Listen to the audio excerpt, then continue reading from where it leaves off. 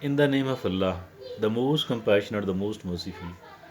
The whole of our life is full of the struggle, full of the hard work, full of the smart work, full of the efforts, and full of being active. Why? Because we want to become happy person. Why? Because we want to become a productive person. Why? Because we want to become unhappy, avoid the because we want to avoid the unhappiness. So all of these things to be able to achieve the desired results regardless of what we are doing. Okay, my dear friends. Now see, it is like what should I say that that's a very beautiful article ever written on the subject. So it is worth listening and worth practicing indeed. And this is the kind of new concept which has been derived from a book which has been authored by Nasir Nicholas Talib, and he has given a new concept of a good and productive and happier life. And out of that book, an article has been driven by Steve Burns. Steve Burns is a well-known researcher and an author, but as for the book is concerned, the book belongs to the Nassim Nicholas Talib. So, the article we have chosen for today's discussion is Don't Chase Happiness, Become Anti Fragile. That's a very beautiful article. Don't chase happiness, become anti fragile. Lovely. Extremely impressed. I'm extremely impressed by this. And there are certain things which has been given here in this article, which are actually the takeaways of that particular book. And these have been withdrawn. These has been drawn by whom? By Nicholas Burns. And there are few things. There are 8 points in it. 8 points which are the essence of the book. 8 points which are the essence of the whole of the book. And that's a great book, one of the greatest books ever. And let's go to those 8 points are the key takeaways, out of all that particular book. And these are eight in number. First of all, Steve Burns says, actually the actually the Nassim Nicholas Talib, welcome change and remain flexible. Don't be afraid of the change at all. Don't be afraid of the change at all. Rather, welcome change. Welcome change and remain flexible. Don't be rigid at all. Be ready to change for all the time. Be ready to change, to be changed for all the time. Number one. Number two, seek personal growth through challenges. Seek personal growth through challenges. Many of the people feel like they are going to collapse because their challenges are so big, because the hurdles are so big. Here, quite contrary to that, the author says, welcome change and remain flexible. Number two, seek personal growth through challenges. Seek personal growth through challenges. Don't be afraid of the challenges at all. Don't be afraid of the difficulties at all. Rather, these are there to make you grow. And we have to take it like that, because every time we face any of the challenges in a better way, it actually enhances our confidence, our capability, our strength, and gives us so much in return. And that was the number two. Seek personal growth through challenges. The number three is build resilience to maintain happiness amid adversity. Build resilience. Build resilience.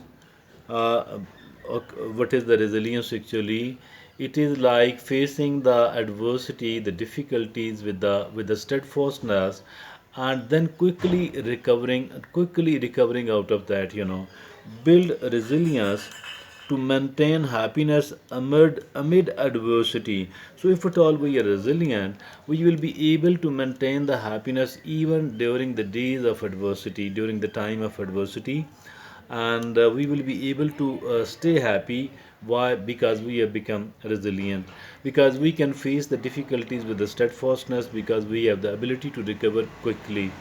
And that was the number three. Number four, the author says, manage stress effectively. manage stress effectively.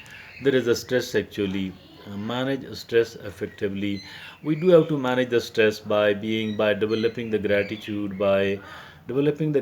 and by what by uh, by positive thinking, by things like this one.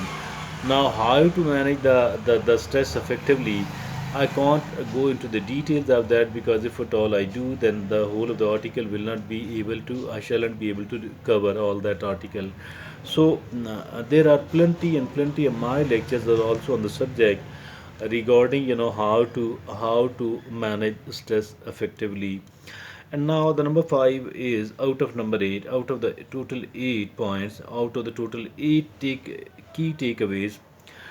Fifth is manage stress effectively for a more balanced life. Manage stress effectively for a more balanced life.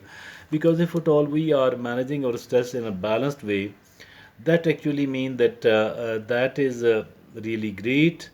We need to develop a kind of balance. We need to draw a balance, and that is really, really, really great.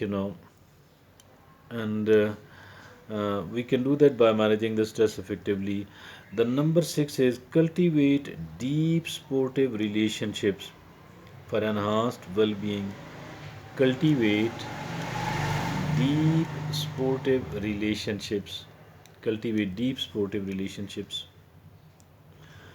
For what? For enhanced well-being. For enhanced well-being. Cultivate deep sportive relationship. We need to find out the people who are the positive on the one hand, sportive on the other hand. We need to develop the people who are positive on the one hand, sportive on the other hand, and that is really, really great. And it will ensure our enhanced well-being. Okay. Now, the seventh point, the seventh key takeaway is focus on aspects of life within your control to boost self confidence and satisfaction. We do have to boost the self confidence and satisfaction by what means? By focusing on the aspects of our life which are within our own control. We are not dependent upon anyone else at all. Nobody is going to resist us. If at all we want to say the prayer 5 times a day, nobody is going to resist us. So it will give us spiritual strength.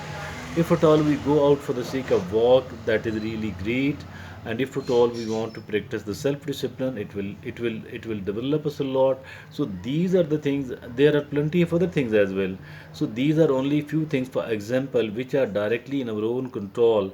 No, we don't need the cooperation of anyone else for that purpose at all, and nobody is resisting us in this respect.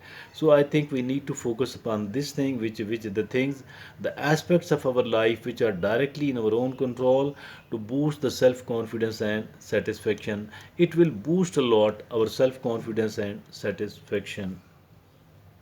The eighth and the last key takeaway is embrace the present moment and practice gratitude for happier life. How to develop a happier life?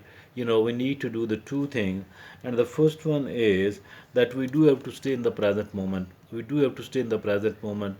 We don't have to think much about the past. We don't have to think much about the future. Rather, try to be productive and happier. Today. So try to live your today in the best possible manner, and this is how we will be able to.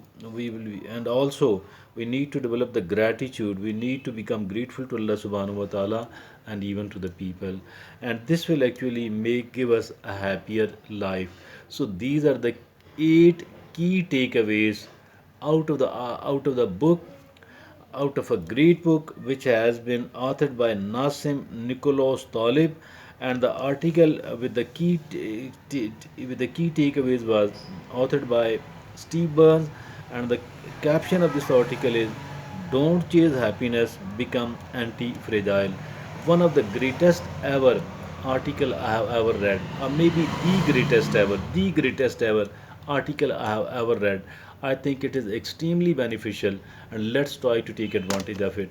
Let's try to learn, and let's try to practice. Let's try to internalize rather each one of the 8 key takeaways. Don't chase happiness, become anti-fragile instead. Thank you.